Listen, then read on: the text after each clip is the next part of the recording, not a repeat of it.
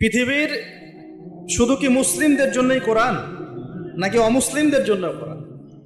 আল্লাহ পাক কি বলছেন শোনেন। আল্লাহ পাক এই কিতাবে দরদ মাখা কণ্ঠে বলছেন সূরা কাহফের 54 নম্বর আয়াতে। কত নম্বর আয়াত? 54। আল্লাহ পাক বলছেন ওয়ালাকাদ সাররাফনা ফি হাযাল কুরআন লিন-নাস মিন কুল্লি মাসাল। আল্লাহ বলছেন আমি এই কোরআনের মধ্যে মুসলিমদের না, লিন-নাস মানব জাতির জন্য, পুরো মানব জাতির জন্য প্রত্যেকটা বিষয়কে ব্যাখ্যা করে দিয়েছে।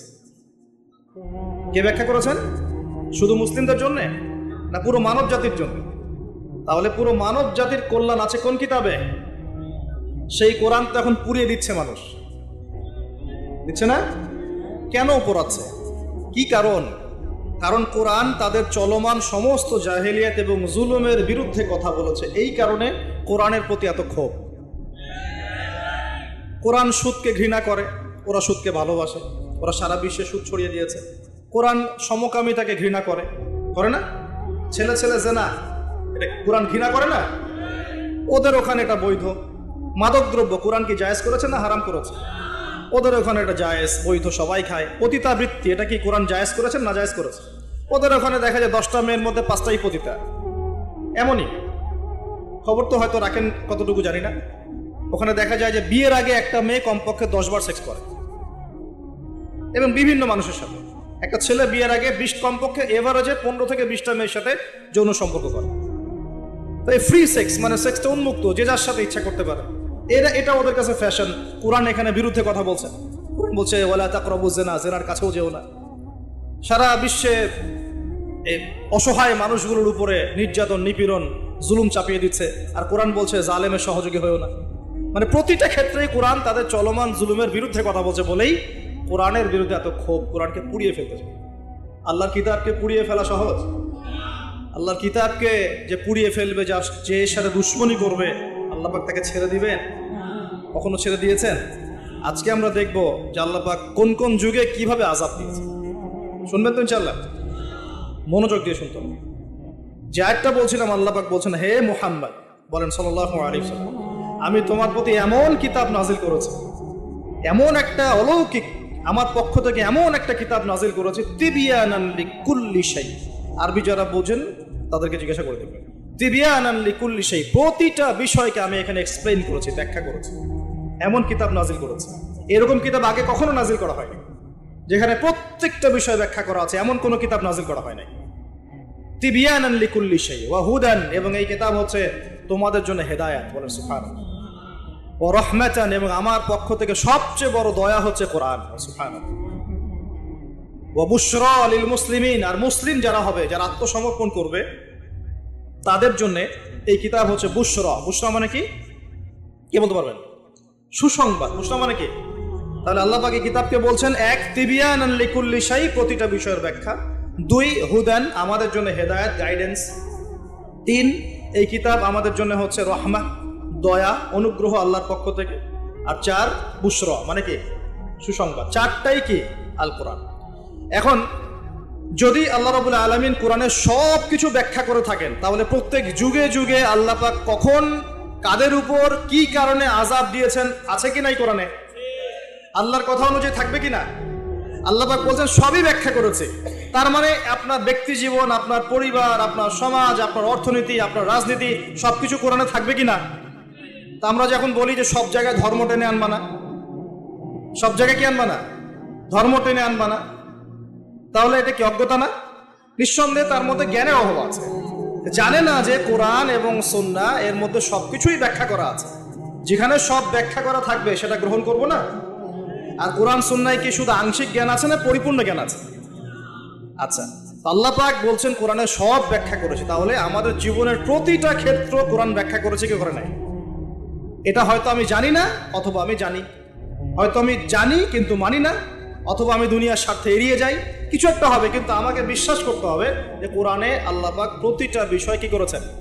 ব্যাখ্যা করেছেন। আর যেখানে হাদিসের প্রয়োজন হয়েছে, আল্লাহ পাক হাদিস দিয়ে এটাকে ব্যাখ্যা করেছেন।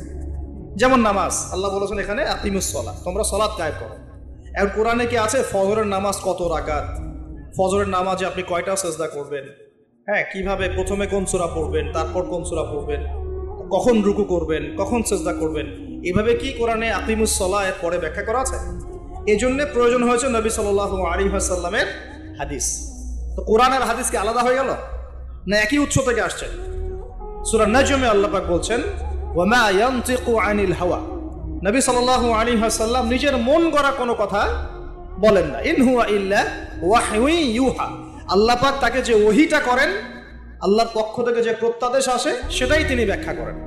তার মানে নামাজের নিয়ম কি নবীজি নিজে বানিয়েছেন, না আল্লাহ পাক এই নিয়ম দিয়েছেন? অতএব এভাবেই নামাজ, যাকাত সবকিছুই, রমজানের রোজা, হজ ইত্যাদি প্রতিটা ইবাদত, মুআমালাত, আমাদের ব্যবসা, পরিবার, এভরিথিং আল্লাহ এবং তার রাসূল কোরআন এবং হাদিসে 100% ব্যাখ্যা করেছেন কিনা? আচ্ছা, এই কনসেপ্ট ক্লিয়ার তো? এই কোরআন এবং হাদিস নিয়েই হচ্ছে ইসলাম। আর ইসলাম কি আংশিক না পরিপূর্ণ? আচ্ছা, যার পরিপূর্ণ জীবন ব্যবস্থা যারা আছে তার অন্য কোনো হেদায়েতের দরকার আছে? যার নাই তার দরকার আছে। আমাদের কাছে আছে না পরিপূর্ণতা? আলহামদুলিল্লাহ। এখন তাহলে আল্লাহ পাকের কথা অনুযায়ী কোরআনে যেহেতু সবই ব্যাখ্যা করা আছে, তার মানে প্রত্যেক যুগে যুগে আল্লাহ পাক কেমন আযাব গজব পাঠিয়েছেন, কোন কোন সম্প্রদায়ের উপর পাঠিয়েছেন, কি কি পাপের কারণে পাঠিয়েছেন, এগুলো আছে কি নাই?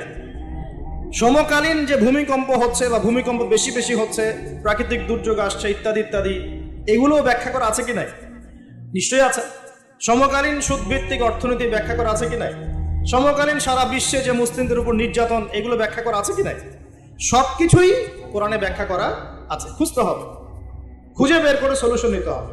আমাদের টপিকে আমরা চলে আসি। আল্লাহ পাক কখন, কিভাবে, কোন কোন কওমের উপরে কি কি পাপের কারণে শাস্তি দিয়েছে। 1 নম্বরে আসে, আমরা এই অংশটুকুকে শাস্তি বলছি না, আল্লাহ পাকের পরীক্ষাই বলছি। কিরকম? আমরা বিশ্বাস করি যে আল্লাহ রাব্বুল আলামিন কাফের, মুশরিক, মুনাফিকদের উপরে আল্লাহর আযাব পাঠান, ঠিক আছে? আচ্ছা, আর মুমিন মুসলিমদের উপর যখন কোনো বিপদ আপদ, বালা মুসিবত আসে, সেটাকে আমরা বলি হয় আমাদের উপর পরীক্ষা, না হলে আমাদের পাপের ফল। এই তো, হয়তো পাপ করেছি কোনো, আল্লাহ পাক শাস্তি দিয়ে মাফ করে দিবেন, দুনিয়াতে শাস্তি দিয়ে পরকালে মাফ করে দিবেন। এরকম হতে পারে মুমিনদের উপরে।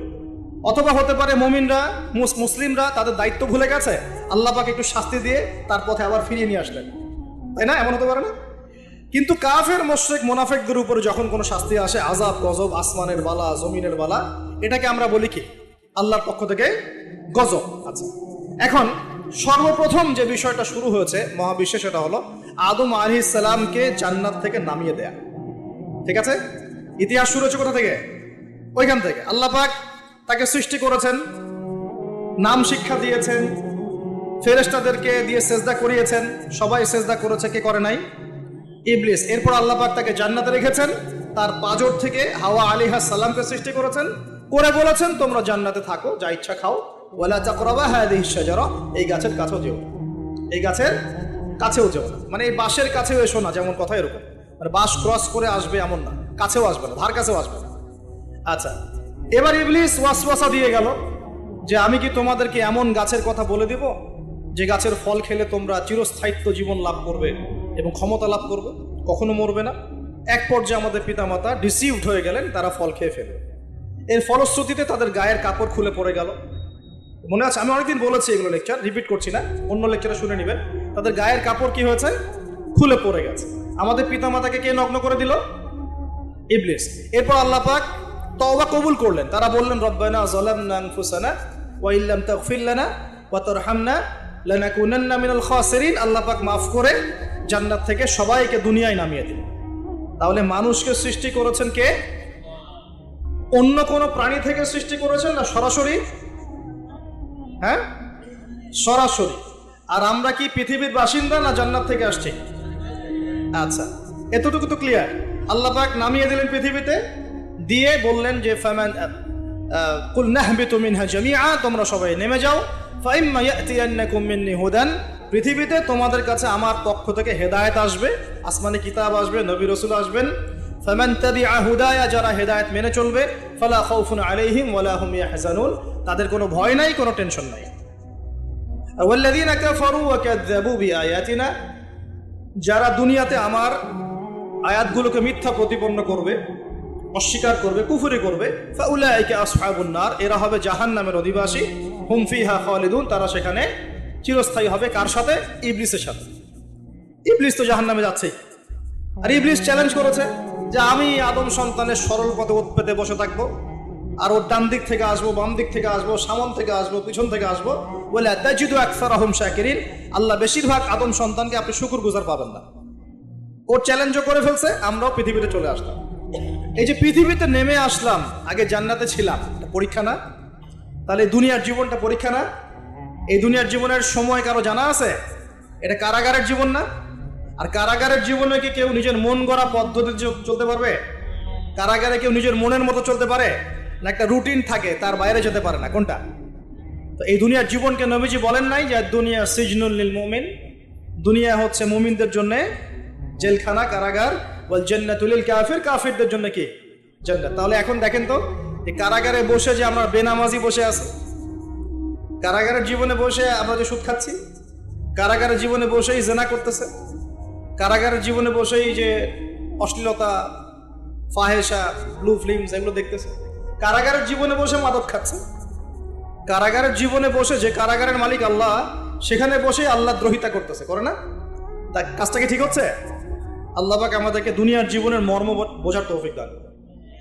আচ্ছা, এবার আসেন, এই জীবনটা কেন? লিয়াবলুয়াকুম আইয়ুকুম আহসানু আমালা। আল্লাহ বলছেন এই পৃথিবীর জীবনটা একটা উদ্দেশ্য দিয়েছে, একটা উদ্দেশ্য। আল্লাহ পাক দেখতে চান তোমাদের মধ্যে আমলে ভালো কে। আল্লাহ পাক দেখতে চান না আমাদের মধ্যে গতানুগতিক আমলে কে, এভারেজ মুসলিম। আল্লাহ এভারেজ দেখতে চান না, আল্লাহ দেখতে চান লিয়াবলুয়াকুম আইয়ুকুম আহসানু আমালা।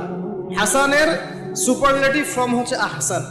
যেমন কবির মানে বড়, আকবার মানে হচ্ছে সবচেয়ে বড়। আমরা বলি আল্লাহু আকবার, আমরা আকবার শব্দ ইউজ করি। এখানে হাসান না বলে আল্লাহ বলছেন আহসান। আল্লাহ দেখতে চান আমলে আমাদের মধ্যে শ্রেষ্ঠটাকে, মানে কে গতানুগতিক মুসলিম, এটা আল্লাহ দেখতে চান না। আল্লাহ দেখতে চান আমাদের মধ্যে বেটার কে, বেস্ট কে। কথা বুঝতে পারছেন না মনে? আচ্ছা, এখন বেস্ট হতে হলে কি করতে হবে? গতানুগতিক চললেই হবে না, একটু বেশি এফোর্ট দেওয়া লাগবে। এই জন্য নামাজ, রোজা, হজ, জাকাত, পর্দা, পরিবার ইসলাম, হ্যাঁ, ইসলামের জন্য দাওয়াতি কাজ করা, ইসলাম প্রতিষ্ঠার চেষ্টা করা, এগুলো না করলে কি বেস্ট হওয়া যাবে? বেস্ট হওয়া যাবে? খালি জুমায় নামাজ পড়লে, ঈদে নামাজ পড়লে, তারাবি নামাজ পড়লে হবে? কোরআন তেলাওয়াত না শিখলে হবে? আল্লাহ পাক আমাদের কোরআন বোঝার তৌফিক দান করুন। এই যে পৃথিবীর জীবনে আসলাম, ব্যাস এটা একটা পরীক্ষা। এই প্রথমটাই কি আল্লাহ পাকের একটা নারাজগি না? আল্লাহ পাক কি খুশি হয়েছিলেন গাছের ফল খাওয়ার পরে? আল্লাহ কি বলেছিলেন জানেন? আল্লাহ বলছেন, ইয়া আদম, হে আদম, আলাম আকুল লাকুমা, আমি কি তোমাদের দুজনকে বলি নাই? কোন দুজন? আদম এবং হাওয়া আলাইহিমুস সালাম। আলাম আকুল লাকুমা, আমি কি তোমাদের দুজনকে বলি নাই? ইন্নাশ শাইতানা লাকুমা আদুউম মুবিন। আল্লাহ পাক রাগ হয়েছেন, কিন্তু একটা হাদিসেই আছে আল্লাহ পাকের রহমত তার ক্রোধের উপরে বিজয় লাভ করেছে। আলহামদুলিল্লাহ, আল্লাহ পাকের রহমত কি হয়েছে? আল্লাহর রাগ, নারাজগির উপরে বিজয় লাভ করেছে। আল্লাহ পাকের কাছে যখন আমরা তওবা করি, আল্লাহ পাক সমস্ত রাগ যেটা নারাজ হয়েছেন আমাদের উপরে, এটা বাদ দিয়ে আমাদের উপর রহম করা শুরু করেন। আলহামদুলিল্লাহ, যখন আদম আলাইহিস সালাম ক্ষমা চাইলেন, রব্বানা যালামনা আনফুসানা ওয়া ইল্লাম তাগফির লানা ওয়া তারহামনা লানাকুনান্না মিনাল খাসিরিন, বলি আমিন, তখন আল্লাহ পাক সবাইকে মাফ করে দিয়েছেন। কিন্তু জান্নাতে থাকা হলো না। এবার আসেন পৃথিবীতে। এই যে আদম আলাইহিস সালামের এখন বংশবৃদ্ধি হচ্ছে, এখানে হাবিল কাবিল ঘটনা মনে আছে? এই শুরু হলো পৃথিবীর হিস্ট্রি। হাবিল ভালো ছেলে, সৎ সন্তান, সে আল্লাহ পাকের সমস্ত হুকুম আহকাম মেনে চলার চেষ্টা করে। কাবিলের দেখে হিংসা হয়। কি হয়? প্রথম সমস্যা কি হলো তাহলে? এই হিংসা এখন মুসলিমদের মধ্যে নাই? আছে কি নাই?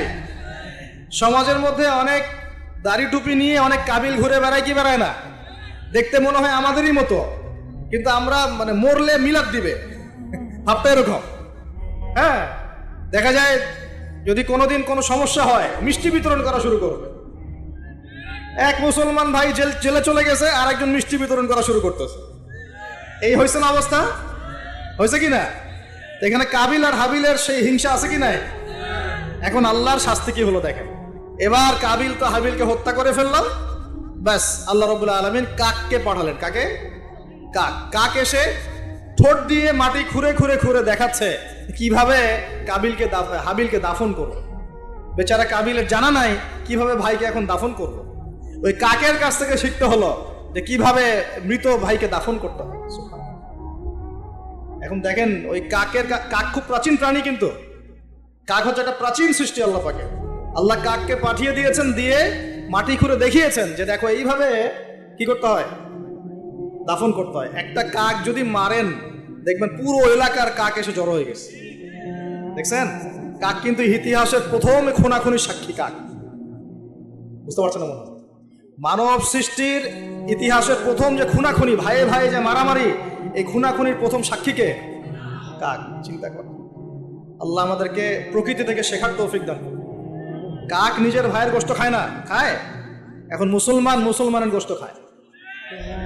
এক মুসলমান বিপদে পড়লে অন্যটা মিষ্টি বিতরণ করা শুরু করে। কিভাবে তার মানহানি করবে, কিভাবে তাকে অপমান করবে, কিভাবে তার বিরুদ্ধে ষড়যন্ত্র করবে, কিভাবে তাকে ফাঁসাই দিবে, এই চিন্তাই অলওয়েজ মাথায় ঘোরাফেরা করতেছে। হাবিল কাবিলের কারণে প্রথম এই যে হাবিল কাবিলের ঘটনার প্রেক্ষিতে আল্লাহ পাক কি করেছেন শোনেন। আল্লাহ রাব্বুল আলামিন তার নবীর মাধ্যমে আমাদেরকে জানিয়েছেন। হাদিসটা শোনেন, খুবই মারাত্মক হাদিস। নবীজি বলেছেন, এই পৃথিবীতে প্রথম হত্যাকাণ্ড সংঘটিত করেছে কাবিল। কে? সে একজন নবীর সন্তান না, নবীর ছেলে হয়েও। নবীজি বলছেন সাল্লাল্লাহু আলাইহি ওয়াসাল্লাম, এই পৃথিবীতে যত মানুষ খুন হবে, খুন হয় না মানুষ, যত মানুষ খুন হবে, এই সমস্ত খুনের পাপের একটা অংশ কাবিলের আমলনামায় যোগ করা হবে। বলে নাউজুবিল্লাহ। এটাকে বলে গুনাহে জারিয়া। কি বলে? প্রিয় ভাই, আমি তো রিকোয়েস্ট করতেছি আপনাকে, আমি তো আপনাকে শাসন করতে আসি নাই। আমি এসেছি আপনাকে আল্লাহ চেনাতে, আমি এসেছি আপনাকে রাসূল চেনাতে, কোরআন চেনাতে। আপনি মদের দোকান দিয়েছেন, যত মানুষ মদ খাচ্ছে সমস্ত গুনাহ আপনার আমলনামায় যাচ্ছে। একটা হারাম সিনেমা হল করেছেন, যত মানুষ এখানে সিনেমা দেখছে সমস্ত পাপ আপনার হচ্ছে। একটা তামাকের কারখানা দিয়েছেন, সবাই হারাম খাচ্ছে, আপনার গুনাহ হচ্ছে। সুদ ছড়িয়ে দিয়েছেন, নিজে খাচ্ছেন, এখন সবাইকে খাওয়াচ্ছেন, গুনাহ হচ্ছে আপনার। সবার গুনাহ আপনার ঘাড়ে এসে যুক্ত হচ্ছে। ঠিক যেভাবে একটা মাদ্রাসা করেছেন, একটা মসজিদ করেছেন, একটা নলকূপ স্থাপন করেছেন, এই রাষ্ট্রীয় দায়িত্বে আছেন, রাস্তাঘাট করে দিয়েছেন, এর বদৌলতে যে মানুষ উপকৃত হচ্ছে, আপনি কবরে গেলেও নেকি পাবেন ইনশাআল্লাহ। কি পাবেন? নেকি পাবেন। একটা ব্রিজ নির্মাণ করে দিয়েছেন, যত মানুষ এটাতে পারাপার হবে, উপকৃত হবে, আপনি নেকি পাবেন ইনশাআল্লাহ। ঠিক একইভাবে আপনি আমি যদি এরকম গুনাহে জারিয়ার কোনো মাধ্যম চালু করে যাই, কবরে চলে গেলেও ওই গুনাহ কি হবে? অটোমেটিক আসতে থাকে। আল্লাহ আমাদেরকে বোঝার তৌফিক দান করুন। তো এবার পৃথিবীর ইতিহাসের প্রথম এই ঘটনা হলো। এরপরে কি হয়েছে? এরপরে যে আল্লাহ পাকের শাস্তিটা নেমে আসলো। কাবিল কিন্তু জাহান্নামে যাচ্ছে। কেন? ভাইকে হত্যা করার কারণে। আল্লাহ পাকের কাছে সবচেয়ে মারাত্মক পাপ হচ্ছে মানুষকে হত্যা করা। শিরকের পর, কুফরির পর মারাত্মক পাপ হচ্ছে মানুষকে হত্যা করা। আল্লাহ রাব্বুল আলামিন তার নবীর মাধ্যমে জানিয়েছেন, একজন ব্যক্তি যদি লা ইলাহা ইল্লাল্লাহ বলতে পারে, এই একজন মুসলিম যে লা ইলাহা ইল্লাল্লাহ বলে, সে বেঁচে থাকা পর্যন্ত আল্লাহ পাক কিয়ামত দিবে না ইনশাআল্লাহ। একজন মুসলমানের কত দাম চিন্তা করো, কত দাম! আল্লাহু আকবার। তো এখানে একজন মুসলিমকে হত্যা করলো কে? কাবিল। কাবিলের আমলনামায় সব পাপ যেটা থাকলো, তার মানে আল্লাহর আযাব আসার প্রথম কারণ কি হলো? হিংসা। কি কারণ? অতএব হিংসা করতে থাকলে আল্লাহর শাস্তি কি হবে? এরপর আরো সামনে যান, এবার আসেন নূহ আলাইহিস সালাম। নাম মনে আছে? 950 বছর তার কওমকে দাওয়াত দিয়েছেন। কত বছর ভাই? একটু চিন্তা করেন তো, চোখ বন্ধ করে। 950 বছর কতদিন হতে পারে? 950 বছর মানে প্রায় 1000 বছর। প্রায় 1000 বছর তিনি তার কওমকে দাওয়াত দিয়েছেন। কিভাবে? আমাদের মতো ওয়াজ মাহফিল না, দাওয়াত দিয়েছেন। তিনি বলছেন, ইন্নী দাআউতু কওমি লাইলা ওয়া নাহারা। আল্লাহ, আমি আমার কওমকে দাওয়াত দিয়েছি দিন রাত 24 ঘন্টা। এটা সূরা নূহের মধ্যেই আছে, দেখবেন। ওয়ালাম ইয়াজিদহুম দুআই ইল্লা ফিরারা। আমার দাওয়াত শুনে এরা খালি পালিয়ে গেছে, আমার থেকে কাছে আসে নাই, খালি পালিয়ে গেছে। কান বন্ধ করে ফেলতো, কাপড় দিয়ে মাথা ঢেকে ফেলতো, আর আমাকে বলতো পাগল। কি বলতো? পাগল। নূহ আলাইহিস সালামকে আল্লাহ পাক তারপরে বললেন, তুমি একটা কাজ করো, তুমি নৌকা নির্মাণ করো। কি করো? এই যে নৌযান নির্মাণ করা, এই সারা পৃথিবীর বাণিজ্য বন্ধ হয়ে যাবে যদি নৌযান না থাকে। জানেন, এই যে এক্সপোর্ট ইম্পোর্ট শিপিং সব বন্ধ হয়ে যাবে। কিভাবে? যদি নৌযান না থাকে। আর এই নৌযান সর্বপ্রথম কে সৃষ্টি করেছে? আর এখন আমাদেরকে বলে যে ইসলাম হচ্ছে সেকেলে না, এরা প্রযুক্তি খুব উন্নয়নে। নূহ আলাইহিস সালাম সর্বপ্রথম মানুষ যিনি এই পৃথিবীর মধ্যে নৌযান নির্মাণ করেছেন, বলে সুবহানাল্লাহ। সভ্যতা শুরু হয়েছে নবীদের হাতে। সভ্যতা কি হয়েছে?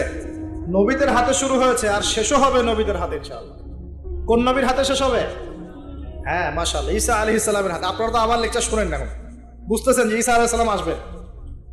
হ্যাঁ, তিনি আসবেন, এমনি এমনি আসবেন না, তিনি আসবেন এই ইহুদিবাদীদের হাত থেকে এই জেরুজালেম মুক্ত করার জন্য। তিনি আসবেন ইনশাআল্লাহ। অপেক্ষা করতে বলেন কেন? আজকে যে জুলুম আর নির্যাতন সারা বিশ্বে করছে, ঈসা আলাইহিস সালাম যখন আসবেন, পাথর পর্যন্ত কথা বলা শুরু করবে। পাথর কথা বলবে, গাছ কথা বলবে, ইয়া মুসলিম ইন্না ওয়ারাল ইয়াহু তাআল ফাকতুলহু, আসো, আমার পিছনে একটা লুকিয়ে আছে, আসো হত্যা করে যাও। ঈসা আলাইহিস সালামের হাতে দাজ্জাল মারা যাবে এই যে বাবেলুদ নামক জায়গায়। এই বাবেলুদ জায়গাটা এখন প্যালেস্টাইনের মধ্যে পড়েছে, ওইখানে দাজ্জালকে মারা হবে। ঈসা আলাইহিস সালামের নিঃশ্বাস তার গায়ে গিয়ে লাগবে, ও মারা যাবে। ঈসা আলাইহিস সালামের দোয়া ইয়াজুজ আর মাজুজের ধ্বংস হবে। ঈসা আলাইহিস সালাম জেরুজালেম থেকে পুরো বিশ্বে আবার ইসলামিক খেলাফা কায়েম করবেন ইনশাআল্লাহ। এটা না হওয়া পর্যন্ত কিয়ামত হবে না ইনশাআল্লাহ তাআলা। অতএব হতাশ হওয়ার কিছু না। তো যেটা বলছিলাম, সভ্যতা শুরু হয়েছে নবী দ্বারা, শেষ হবে কার হাতে? নবীর হাতে। এখন নূহ আলাইহিস সালাম 950 বছর দাওয়াত দিয়ে কি ফলাফল হলো? 40টা বা 80টা পরিবার ইসলাম কবুল করেছে। কতটা? এখানে তো আপনারা মাশাআল্লাহ হাজার মানুষ বসে আছে, কথা শুনছেন, সৌভাগ্যের বিষয়। সারা জীবন দাওয়াত দিয়ে 40 বা 80টা ফ্যামিলি। আল্লাহ পাক বললেন নৌযান নির্মাণ করো, আমার আযাব আসতেছে। কি আসতেছে? আযাব আসতেছে। কেন আযাব? কারণ এই মানুষগুলো, নূহ আলাইহিস সালামের কওমের লোকগুলো একটা মহাপাপ করেছিল। তারা ওয়াদ্দা, ইয়াগুস, ইয়াউক, নাসর এরকম কিছু মূর্তি বানিয়ে নিয়েছে, এবং এই স্ট্যাচুগুলো তারা ওয়ার্শিপ করত, উপাসনা করত। এমনি এমনি উপাসনা করতো না, আপনাকে বুঝাচ্ছি। প্রথম যে প্রজন্মটা ছিল ওদের, ওই প্রজন্মকে শয়তান ওয়াসওয়াসা দিয়েছে কি, যে এই ওয়াদ্দা, ইয়াগুস, ইয়াউক, নাসর এই যে নামগুলো সূরা নূহে আছে, এই ব্যক্তিরা ছিল খুব পুণ্যবান সৎ ব্যক্তি, তারা খুব ভালো আল্লাহওয়ালা ছিল, আল্লাহর ওলি ছিল। শয়তান ওয়াসওয়াসা দিয়েছে তোমরা এই তাদের মূর্তি নির্মাণ করে মসজিদের বাইরে রেখে দেবে। মসজিদের কোথায়? বাইরে। যাওয়া আসার সময় ওদেরকে দেখলে একটা মানে উৎসাহ আসবে যে আমরাও তাদের মতো হই। শয়তান এইভাবে নেক্সট থ্রুতে ধোকা দিয়েছে। ওই জেনারেশন এই কাজটাই করেছে। এরপর আরো 100-200 বছর চলে গেছে, শয়তান এবার পরের জেনারেশনকে ওয়াসওয়াসা দিয়েছে, আরে তারা তো অনেক বড় বড় মানুষ ছিলেন, এখন মসজিদের বাইরে না, ওদেরকে ভিতরে ঢুকাও। এবার তারা ওই মূর্তিগুলো সব ভিতরে ঢুকানো শুরু করেছে। এটা হিস্ট্রি পড়ে দেখেন, তাফসির আছে, জালালাইন পড়ে দেখেন, ইবনে কাসির পড়ে দেখেন। তো এবার তারা ঢুকালো ভিতরে, সেজদা করছে না কিন্তু মূর্তিতে, তারা খালি রেখে দিয়েছে ভিতরে, যে তাদেরকে দেখবো, দেখে আমার ইবাদতে মনোযোগ আসবে। উদ্দেশ্য কিন্তু ভালো, উদ্দেশ্য কি ভালো। এবার এই প্রজন্ম যখন চলে গেল, পরের প্রজন্মকে শয়তান বলছে আরে তারা আল্লাহর ওলি ছিল, তাদের কাছে চাইলেই পাওয়া যাবে। এবার সরাসরি সেজদা শুরু হলো মূর্তিতে। এইভাবে গ্র্যাজুয়ালি আস্তে আস্তে আস্তে আস্তে শয়তান প্রথম মূর্তি পূজা চালু করেছে বিশ্বের মধ্যে। বুঝলেন কিভাবে? নেক্সট শুরুতেই ধোকা দিয়েছে শয়তান। আমরাও এখন মুসলমানরাও সুবহানাল্লাহ, আমরাও এখন এগুলোর পিছনে পড়ে যাচ্ছি, পড়ছি না? সবার ঘরে ঘরে ছবি, মূর্তি এখন, সুবহানাল্লাহ। আর এই যে আমাদের সেলফি সংস্কৃতি, এটাও তো একটা মূর্তির অংশ হয়ে যাচ্ছে। প্রয়োজনীয় ছবি তোলা যায়, অপ্রয়োজনীয় ছবি তোলার কি দরকার আছে? মুসলিমরা কি করবে? আসসালামু আলাইকুম রহমতুল্লাহ, ওয়ালাইকুম আসসালাম রহমতুল্লাহ, মুসাফা করবে। মুসাফা থেকে ফারেক হওয়ার আগেই গুনাহ সব ঝরে পড়ে গেছে। এইটা সুন্নত। ভাই তাকান, দুই তাকান, ভাই হুজুর তাকান, কি দরকার আছে? এগুলো প্রয়োজন নাই। আর এগুলো আমাদের পরকালে বাঁচাবে না। পরকালে বাঁচাবে যে নবীর যত সুন্নত অনুসরণ করবে, সে নবীর তত কাছে থাকবে। দেখেন নূহ আলাইহিস সালামের সবচেয়ে বড় পাপ কি ছিল? ওই কওমের, নূহ আলাইহিস সালামের কওমের সবচেয়ে বড় পাপ কি ছিল? শিরকের পাপ। কিসের পাপ? শিরক আর কুফর। এর ফলে আল্লাহ পাক কি করলেন দেখেন। এরপর আল্লাহ পাক বলছেন তুমি সবগুলোকে একজোড়া করে উঠাও নৌকায়। এখন যত এই যে প্রজাতির গাছপালা দেখছেন, পশু পাখি দেখছেন, সব একজোড়া একজোড়া করে তিনি উঠালেন। কোথায়? তাহলে চিন্তা করেন নৌকাটা কত বড় ছিল, বিশাল। আল্লাহু আকবার। সব একজোড়া করে উঠালেন। এরপর আল্লাহ রাব্বুল আলামিন বলছেন যে ফারাত্তান নূর, একদম মাটি ফেটে থলথল করে পানি বের হওয়া শুরু হলো, আসমান থেকে প্রবল বৃষ্টি বর্ষণ শুরু হলো। আল্লাহ সূরা হুদের মধ্যে বলছেন যে বৃষ্টির ফলে স্রোতগুলো এত উঁচু ছিল যে পাহাড়ের উপর দিয়ে উঠে যাচ্ছিল স্রোত। পাহাড়ের উপর দিয়ে পানির স্রোত যাচ্ছে, আর এই সময় নূহ আলাইহিস সালামের এক ছেলে, তার 4 ছেলে ছিল। কয় ছেলে? এক ছেলের নাম হচ্ছে হাম। হামের বংশধর হচ্ছে এই যে আফ্রিকান মানুষরা, কালো চামড়ার মানুষরা হামের বংশধর। এক ছেলের নাম শাম। শামের বংশধর হচ্ছে আরবরা, এই যে আরব পেনিনসুলা যারা থাকে এরা শামের বংশধর। এক ছেলের নাম ইয়াফাস। ইয়াফাস হচ্ছে ইউরোপিয়ান যারা, পশ্চিমারা, এরা ইয়াফাসের বংশধর, রোমানরা। আরেক ছেলের নাম হচ্ছে কেনান। কি নাম? এই কেনান ওই পাহাড়ে উঠে বলছে যে পাহাড় আমাকে বাঁচাবে। কে বাঁচাবে? পাহাড়। আমার দরকার নেই ওঠার, তুমি যাও গা, পাহাড় আমাকে বাঁচাবে। নূহ আলাইহিস সালাম বলছেন যে আল্লাহ, আমার ছেলে, আমার আহল, বাঁচাও তাকে। আল্লাহ পাক বলছেন এরপর বিশাল এক ঢেউ আসলো, বাবা আর ছেলের মাঝখানে আড়াল করে ফেলল, শেষ। সন্তানের সাথে আর দেখা নাই। নূহ আলাইহিস সালাম কান্নাকাটি করে বলছেন, আল্লাহ ইন্নাহু মিন আহলি, আমার ছেলে আমার পরিবারের একজন, আল্লাহকে মাফ করে দাও। আল্লাহ পাক ধমক দিয়ে বলছেন, লাইসা মিন আহলিক, সে তোমার পরিবারের কেউ না, সে তোমার পরিবারের। আল্লাহর কাছে এইসব বংশ, রক্ত, রং, এসবের কোনো দাম নাই। কিসের দাম আছে? তাকওয়া, ঈমানের দাম আছে। নবীর সন্তান হয়েও যদি ঈমানদার না হয়, আল্লাহ পাক জাহান্নামে দিয়ে দিবেন, কোনো কিছু যায় আসে না আল্লাহ পাক। আলেমের সন্তান হয়েছেন, এত গর্ব কিসের? নিজের আমল, আকীদা, ঈমান আগে ঠিক করতে হবে। অমুক বক্তার ছেলে, অমুক আলেমের ছেলে, অমুক পীর সাহেবের দাদা, এগুলো দিয়ে পরকালে পার পাওয়া যাবে? নিজের ঈমান আমল ঠিক করতে হবে। নবীর সন্তান পার পাচ্ছে না, বলছে লাইসা মিন আহলিক, সে তোমার পরিবারের কেউ না। আল্লাহ বলছেন লাইসা মিন আহলিক, সে তোমার পরিবারের কেউ না। আল্লাহ পাক কোনো দয়াই করলেন না। এখানে কুফরের মধ্যে ছিল, ঈমান ছিল না, শিরক করেছে আমার সাথে, কিসের দয়া, কিসের খাতির? তো প্রিয় ভাইরা, এখান থেকে শিখলাম কি? যে নূহ আলাইহিস সালামের যুগে আযাব কি কারণে আসছে? শিরকের কারণে। আগে শিখলাম, প্রথমে মনে রাখবেন, 1 নম্বর শিখেছি শয়তানের তাবেদারি করার কারণে শাস্তি এসেছে, পরীক্ষা এসেছে, 1। 2 নম্বর হচ্ছে হিংসা, হিংসা বিদ্বেষের কারণে কি হয়েছে? আল্লাহ পাকের শাস্তি চলে আসছে। 3 নম্বর, এই যে শিরকের পাপের কারণে কি হয়েছে? আল্লাহর শাস্তি, গজব চলে আসে। আরো সামনে যান, আমি একটু শর্টে শেষ করবো। আরো সামনে যান, এবার আসছে আদ জাতি। কি নাম? আদ জাতির লোকেরা অনেক লম্বা চওড়া, এক একজনের দেহের এমন কাঠামো যে পাহাড় কেটে কেটে বাড়ি নির্মাণ করতে পারে। আমরা তো এখন ছোট না সাইজে, এখন এগুলো মানুষের কাছে মনে হয় যে রূপকথা, আসলে রূপকথা না এগুলা। কোরআন বলেছে ওরা এমন শক্তিশালী ছিল, তারা বলতো মান আশাদ্দু মিন্না কুওয়া, কে আছে আমাদের চেয়ে বড় শক্তিশালী। এবার হুদ আলাইহিস সালামকে পাঠানো হলো এদের মধ্যে হেদায়েতের বাণী নিয়ে। তো হুদ আলাইহিস সালাম দাওয়াতি কাজ করলেন, অল্প কিছু মানুষ ঈমানদার হলো, বাকিরা কাফের থেকে গেল। আর যারা কাফের থাকলো তারা বলল যে নিয়ে আসো আল্লাহর আযাব দেখি, কত বড় আযাব আনতে পারো, আনো দেখি। আল্লাহ রাব্বুল আলামিন তাদের ব্যাপারে বলেছেন যে ওয়াম্মা আদুন, এবং আদ জাতির ক্ষেত্রে ফাহলাকনা বিরিহিন সরসরিন আতিয়া, প্রচন্ড ঘূর্ণিঝড় বাতাস দিয়ে ওদেরকে আমি উপরে ফেলে দিলাম। সুবহানাল্লাহ। মাত্র 6 দিন 7 রাত বাতাস প্রবাহিত হয়েছে, ঘূর্ণিঝড় বাতাস, এই ঝড় দিয়ে আল্লাহ পাক আদ জাতিকে উপরে ফেলে দিয়েছে। আল্লাহ বলছেন ওরা বাড়ির সামনে এমন করে পড়েছিল যেন মনে হচ্ছে যে ওই যে গাছের ডাল পড়ে থাকলে যেমন হয় না, খেজুর গাছের ডাল, ওই রকম করে পড়েছিল। বিশাল শক্তিধারী। কি অপরাধ ছিল ওদের? মান আশাদ্দু মিন্না কুওয়া, আমাদের চেয়ে শক্তিশালী আর কে আছে? এই যে অহংকার, এটা কি অহংকার, বিগাইরি হক, অন্যায়ভাবে অহংকার প্রদর্শন করা। আর শিরক কুফর তো ছিলই, ওটা তো ছিলই, পাশাপাশি এক্সট্রা অপরাধ ছিল অহংকার করা। আরেকটা কাজ করতো ওরা অহেতুক বিভিন্ন কনস্ট্রাকশন নির্মাণ করতো, অহেতুক পাহাড় কেটে ওইটা, এটা কেটে ওইটা, মানে বিভিন্ন সৌধ ভাস্কর্যরা নির্মাণ করা শুরু করতো, অহেতুক কোনো কাজ না, অপচয়। এই অপচয় ছিল ওদের একটা পাপ। এই পাপের কারণে আল্লাহ পাক আদ জাতিকে একটা সমূলে উৎপাদিত করে ফেলেছে, শেষ। এরপরে আসলো সামুদ জাতি, ওই জাতিকে আল্লাহ পাক পাঠালেন ওখানে সালেহ আলাইহিস সালাম সেখানে গিয়ে দাওয়াত দিলেন। আল্লাহ পাক দোয়া কবুল করে একটা উটনি পাঠিয়েছেন। এই উটনিটা তোমাদের জন্য বরকতময়, ওকে টাচ করবে না, ও থাকলে তোমাদের মধ্যে রিজিক প্রশস্ত হবে, তোমরা ভালো থাকবে। এখন ওখানকার মধ্যে এক নেতা, সে গিয়ে ওই উটনিটাকে জবাই করে খেয়ে ফেলছে। কথা বুঝতে পারছেন? আর এমনি তো অহংকার করতোই, শারীরিক শক্তি বেশি ছিল। তারা বলতো, এরাও বলতো মান আশাদ্দু মিন্না কুওয়া, আমাদের যে শক্তিশালী আর কে আছে। হ্যাঁ, আরেকটা কাজ তারা করতো, ওয়াইদা বাতাসতুম জাব্বারিন, তারা মানুষকে খুব নির্মমভাবে প্রহার করত। কি করত? যে মারামারি করে না এখন মানুষ, নির্মমভাবে মানুষকে মারে না, হকি স্টিক দিয়ে এইখানে সেইখানে, কোনো ক্ষেত্রে রিমান্ডে কি মাইটটা মারা হয় না, এই যে মানুষকে মারা আল্লাহ পাক খুব অপছন্দ করেন, বিনা বিচারে মানুষকে মারা আল্লাহ পাক কঠিন অপছন্দ করেন। ওই আদ জাতি আর সামুদ জাতি মানুষকে নির্মমভাবে পিটাইত।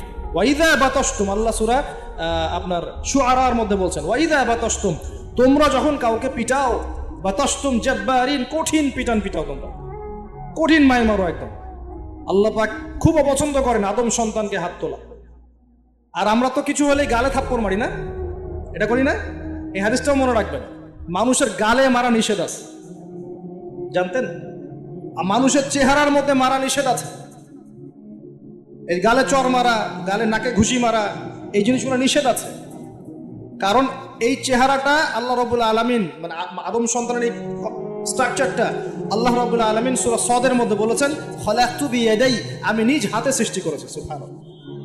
সেই মানুষকে তোমরা এমন নির্মমভাবে কেন মারো? সারা বিশ্বের দিকে তাকায় দেখেন, এখন প্রত্যেকটা জায়গায় রক্ত ঝরছে। কাদের? মুসলিমদের। কাদের? মুসলিমদের। আল্লাহ পাক আমাদেরকে বোঝার তৌফিক দান করুন।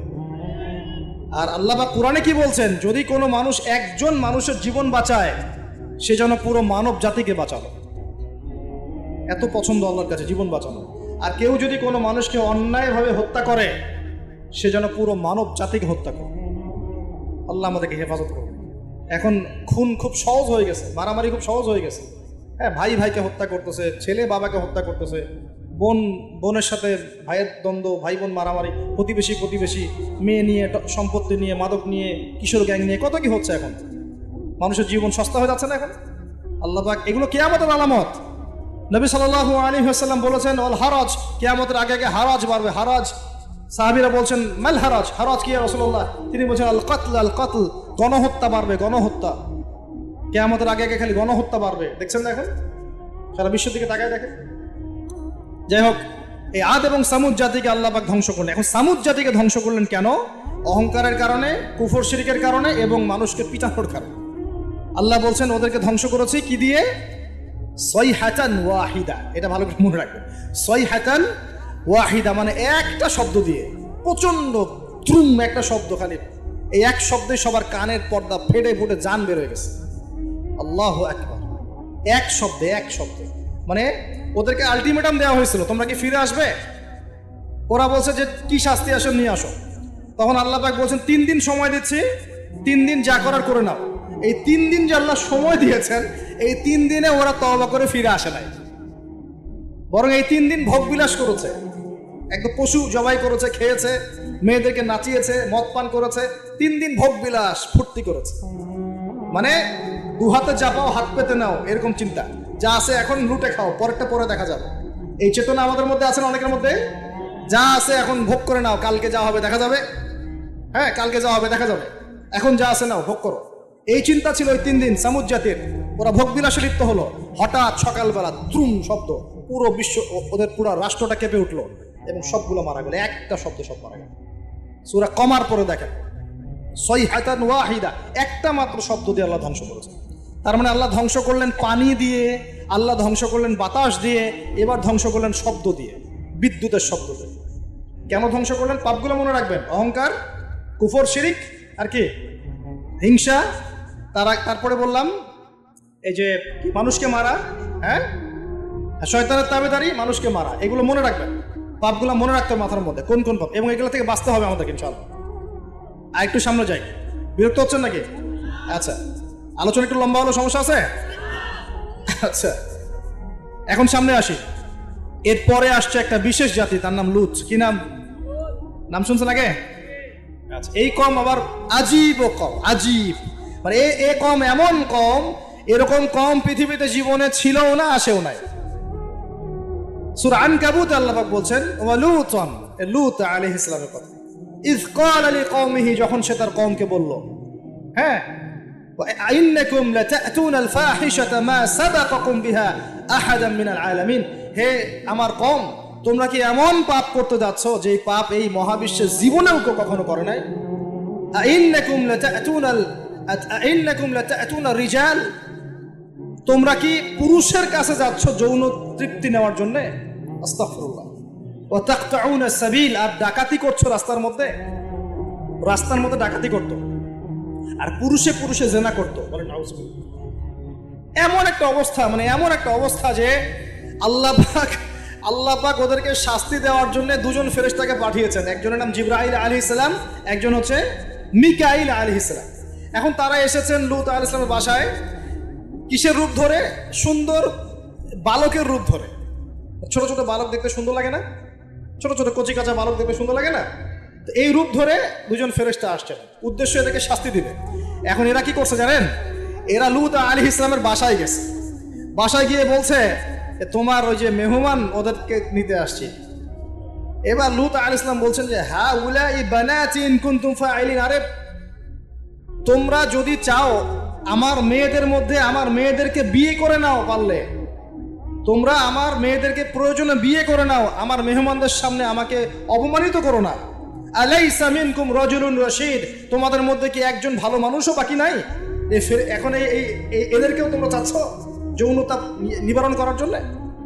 আলাইসা মিনকুম রাজুলুন রশীদ, তোমাদের মধ্যে কি একটা ভালো মানুষও বাকি নাই? তখন এরা বলছে, লূত আলাইহিস সালাম কওম বলছে যে তুমি তো খুব ভালো করেই জানো, ওয়া ইন্নাকা লাতা'লামু মা নুরিদ, তুমি তো খুব ভালো করেই জানো যে আমরা আসলে কি চাচ্ছি। তোমার মেয়েদের ব্যাপারে আমাদের কোনো আগ্রহ নাই, তোমার মেয়েদের ব্যাপারে আমাদের কোনো আগ্রহ নাই, আমরা এই ছেলেগুলোকে চাচ্ছি। চিন্তা করতে পারেন?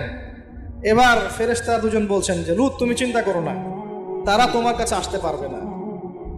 তাদেরকে ইন্না মাউইদাহুমুস সুবহ, তাদেরকে সকাল পর্যন্ত সময় দেয়া হয়েছে।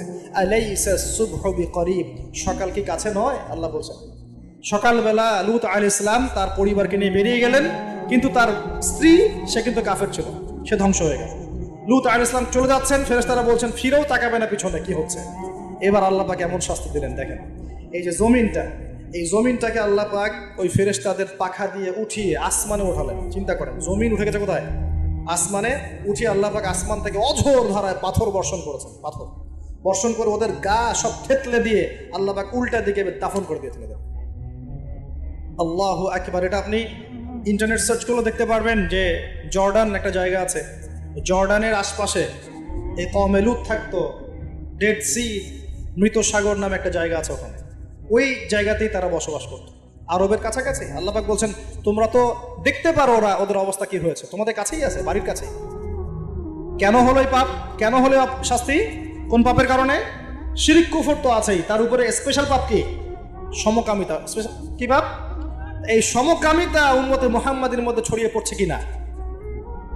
আল্লাহু আকবার। আপনাদের শহরগুলোতে আস্তে আস্তে সমকামিতা ছড়িয়ে পড়ছে ভিতরে ভিতরে, এবং আল্লাহর আযাব বেশি দূর বাকি নাই। আমার কাছে মনে হয় আল্লাহর আযাব আসতে বেশি বাকি নাই। আসার মতো যোগ্য আমরা আগেই হয়েছি, এখন যেটা টিকে আছে আল্লাহর রহমতে টিকে আছে। যদি আল্লাহ পাক কোনোদিন যাররা পরিমাণ শাস্তি প্রদান করতে চান, তাহলে আমাদের কারো রক্ষা থাকবে না। থাকবে? সমকামিতা ছড়িয়ে পড়ছে, সারা বিশ্ব জুড়ে ছড়িয়ে পড়ছে। অনলাইনে এগুলোকে উস্কে দেওয়া হচ্ছে, অফলাইনে এগুলো নিয়ে আন্দোলন হচ্ছে। তারা এখন অধিকার চাচ্ছে, তাদের রেইনবো ফ্ল্যাগ আছে, 7 রঙের ফ্ল্যাগ, ওদের আইডেন্টিটি। তারপরে বিভিন্ন জায়গায় সমকামিতার পাঠও দেওয়া হচ্ছে। হ্যাঁ, বইপত্রগুলো তো সমকামিতার পাঠও চলে আসতেছে। মানে এগুলোকে বাক স্বাধীনতা বলা হচ্ছে এখন। এটা বাক না, বলে ব্যক্তি স্বাধীনতা। কি বলে? ব্যক্তি স্বাধীনতা। তো দেখুন, এটা এমন পাপ যে পাপ সম্পর্কে নবীজি সতর্ক করেছিলেন। তিনি বলেছিলেন যে আমার উম্মতের উপরে আমি যে কয়েকটা পাপের ব্যাপারে বেশি ভয় পাই, তার একটা হচ্ছে শিরকের পাপ। আমার উম্মত মূর্তি পূজা করবে, আমি ভয় পাই তাদের উপরে শিরকে খফি, গোপন শিরকের পাপ, যে মানুষ এজন্য নামাজ পড়বে, অন্য তাকে ভালো বলবে, এজন্য আমি ভয় পাই। আমার উম্মতে সমকামিতা, আমার উম্মতে সমকামিতা ছড়িয়ে পড়বে। পড়েছে কি পড়ে নাই? শাস্তি আসবে কি না এখন? তাহলে আরো সামনে যান। ফেরাউন এবং তার দলবলকে আল্লাহ পাক ডুবিয়ে মেরেছেন, মারেছেন না? কি পাপের কারণে?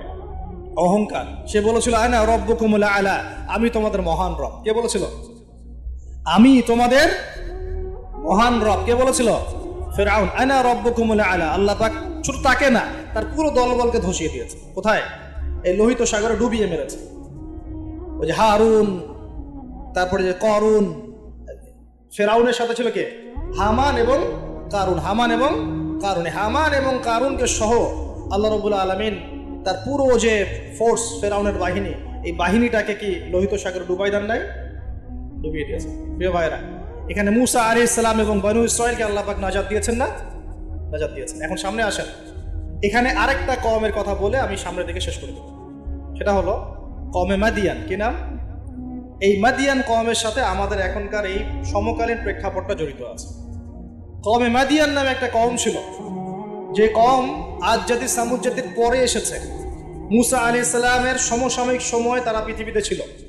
এবং এই মাদিয়ান কওম সম্পর্কে আল্লাহ পাক বলছেন সূরা আনকাবুতে এবং অন্যান্য সূরায় 4টা আয়াত বলছেন। কয়টা আয়াত? এই 4টা আয়াত আল্লাহ পাক বলছেন ফাকাযযাবুহু, এই কওম শুআয়ব আলাইহিস সালামকে অস্বীকার করলো। ফাআখাযাতহুমুর রাজফাতু ফাআসবাহু ফি দারিহিম জাথিমিন। আল্লাহ বললেন এই কওমে মাদিয়ান শুআয়ব আলাইহিস সালামকে অস্বীকার করলো এবং তাদেরকে পেয়ে বসলো একটা ভূমিকম্প। কি পেয়ে বসলো? পৃথিবীর ইতিহাসে সর্বপ্রথম যে কওমকে ভূমিকম্প দিয়ে ধ্বংস করা হয়েছে তার নাম কওমে মাদিয়ান। কি নাম? কওমে মাদিয়ান। প্রশ্ন হচ্ছে কেন ভূমিকম্পের শাস্তি আসবে? উত্তর, আল্লাহ পাক ওদের কয়েকটা পাপ বলছেন। এক নাম্বার আল্লাহ ওদেরকে বলছেন ওয়াজিনু বিল কিসতাসিল মুস্তাকিম, তোমরা ওজনে সঠিকভাবে মাপ দিবে। কওমে মাদিয়ান মাপে কম দেওয়ার একটা পাপের কারণে ভূমিকম্পের শাস্তি এসেছে। কোরআন কথা বলছে। এই সমস্যা সমাজে আছে কি নাই? আচ্ছা, আরো বলছে ওয়ালা তাবখাসুন নাস আশিয়াআহুম, তোমরা মানুষের সম্পদ অন্যায়ভাবে 2 নাম্বারি করে ভোগ করিও না। এই 2 নাম্বারি করে অন্যের সম্পদ ভোগ করার এই পাপটা সমাজে এখন আছে কি নাই? আরেকটা হচ্ছে যে তারা অপচয় করত, মাপে কম দিত, মানুষের সম্পদ অন্যায়ভাবে লুটপাট করে খেত। এই সময় আল্লাহ রাব্বুল আলামিন ওদেরকে সতর্ক করেছেন শুআয়ব আলাইহিস সালামকে দিয়ে, তারা কথা শোনে নাই। আল্লাহ রাব্বুল আলামিন ভূমিকম্প দিয়ে পুরো জাতিকে ধ্বংস করেছে। তাহলে পৃথিবীর ইতিহাসে এই ভূমিকম্প নতুন না আগে হয়েছে? এই ভূমিকম্প এখন আবার নতুন করে বেশি বেশি হচ্ছে কিনা? এই ভূমিকম্পের অপরাধ আল্লাহ পাক কি বললেন? মাপে কম দেয়া, অন্যের সম্পদ অন্যায়ভাবে আত্মসাৎ করা এবং কি অপচয় করা। কোন কম করেছে এই কাজগুলা? কওমে মাদিয়ান। এখন আসেন কওমে মাদিয়ান থেকে নবী সাল্লাল্লাহু আলাইহি ওয়াসাল্লাম কি বলছেন। এবার আমাদের নবীজি বলছেন শোনো, বাইনা ইয়াদাই সাআ, একটু মনোযোগ দেন, আমি 3-4টা হাদিস বলে শেষ করছি। বাইনা ইয়াদাই সাআ, আমাদের নবীজি বলছেন এবার শোনো, হে আমার উম্মত তোমরা সতর্ক হও, শোনো কিয়ামতের আগে আগে আসবে মুতানুন শাদীদ। মুতান মানে দ্বিবচন, মানে দুটো বড় বড় মহামারী। কয়টা? বড় বড় মহামারী হিসেব করে দেখেন তো যে পৃথিবীতে মহামারীর সূচনা থেকে নিয়ে এই পর্যন্ত কোন মহামারীগুলো সবচেয়ে বড় ছিল। এটার স্টাডি আপনি করবেন, আমি বলে দিব না। এইগুলো স্টাডি আপনারা করবেন, আমি বলে দিব না।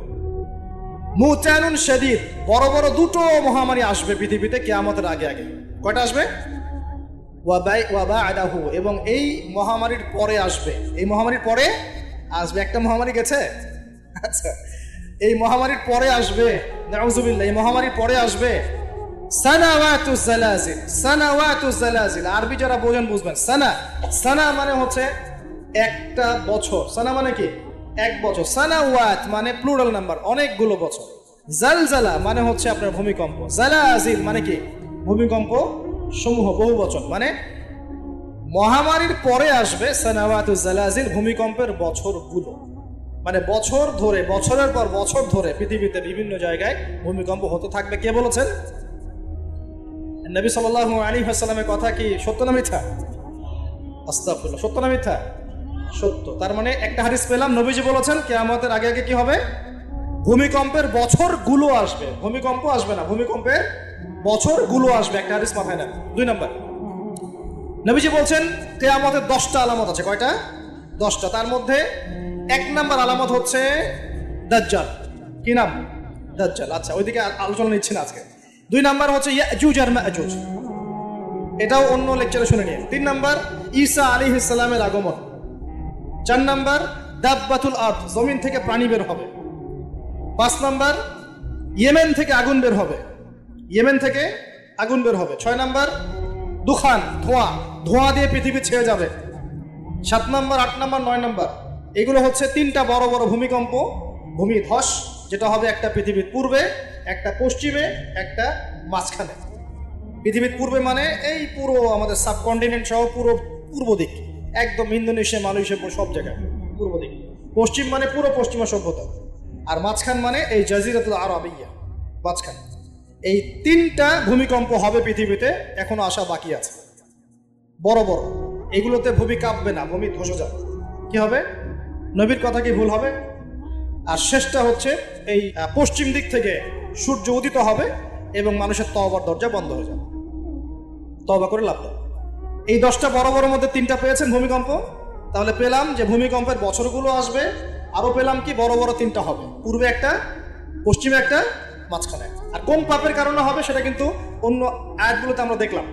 আচ্ছা, সামনে আসেন। আবার নবীজি বলছেন দাজ্জাল যখন মানুষের রূপে বের হবে তখন সে সব জায়গায় বিচরণ করতে পারবে, কিন্তু মক্কা মদিনায় ঢুকতে পারবে না। ঠিক আছে?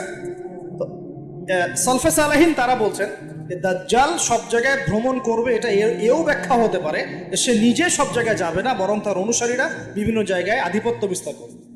ব্যাখ্যা যৌক্তিক তো? যৌক্তিক ব্যাখ্যা।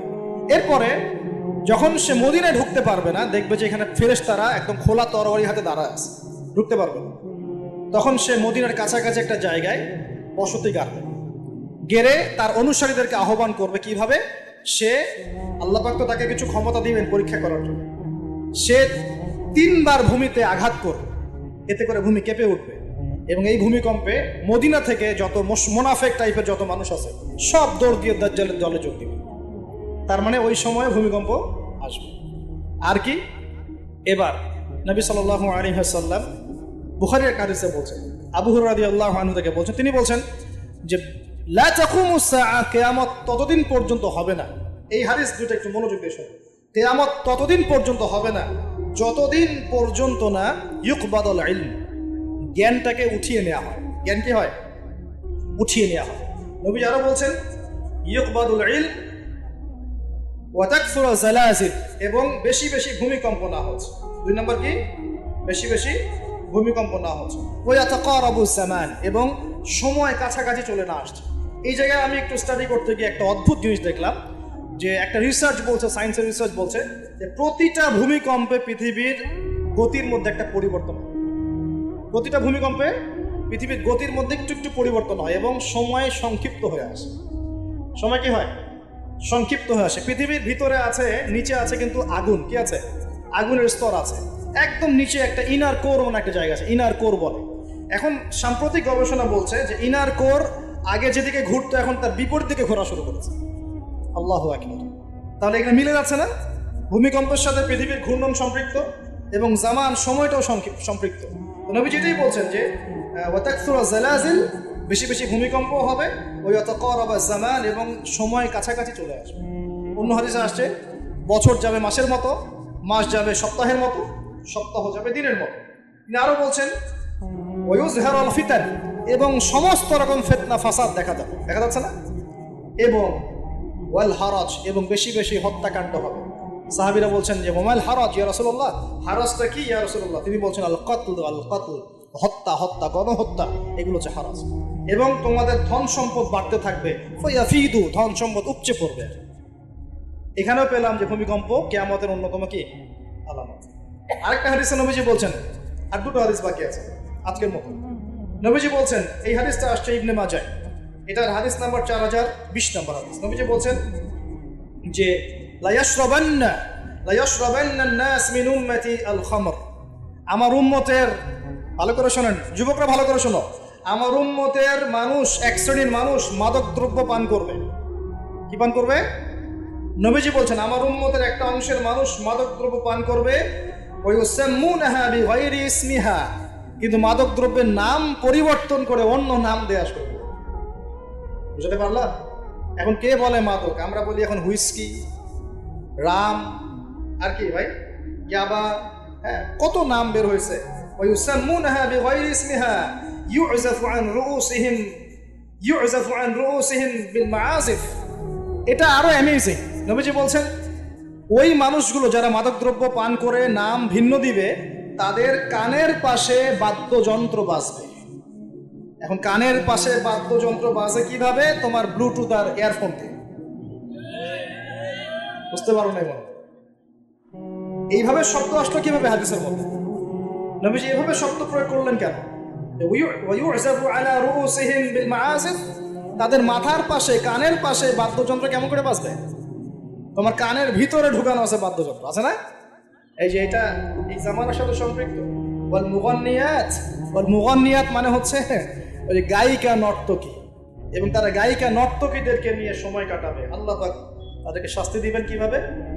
ইয়াখসিফুল্লাহু বিহিমুল আরদ, নাউযুবিল্লাহ। আল্লাহ পাক ওই মানুষগুলোকে সহ জমিনটাকে ধসিয়ে দিবে। কি পাপের কারণে? মাদক দ্রব্য খাওয়া এবং তার নাম ভিন্ন করে হালাল করে খাওয়া। আস্তাগফিরুল্লাহ। 2 নম্বর হচ্ছে বাদ্যযন্ত্র, কি কানের পাশে বাদ্যযন্ত্র প্লে করা। আর মুগান্নিয়াত মানে হচ্ছে নর্তকী, গায়িকাদেরকে নাচানো। আল্লাহ পাক একটা শাস্তি দিবেন, ওদেরকে সহ ভূমি ধসিয়ে দিবেন। আরেকটা শাস্তি আছে, ওয়াজআলুল্লাহু মিনহুমুল কিরাদাতা ওয়াল খানাজির। আল্লাহ রাব্বুল আলামিন ওই মানুষগুলোকে বানর আর শুয়োর বানিয়ে দিবেন। নাউযুবিল্লাহ। এগুলো কি মিথ্যা না সত্য?